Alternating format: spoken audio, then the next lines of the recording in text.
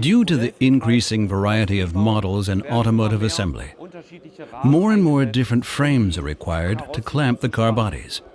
Take, for example, the side door variant. Here we have various model variants, and we have to exchange the frames by robots.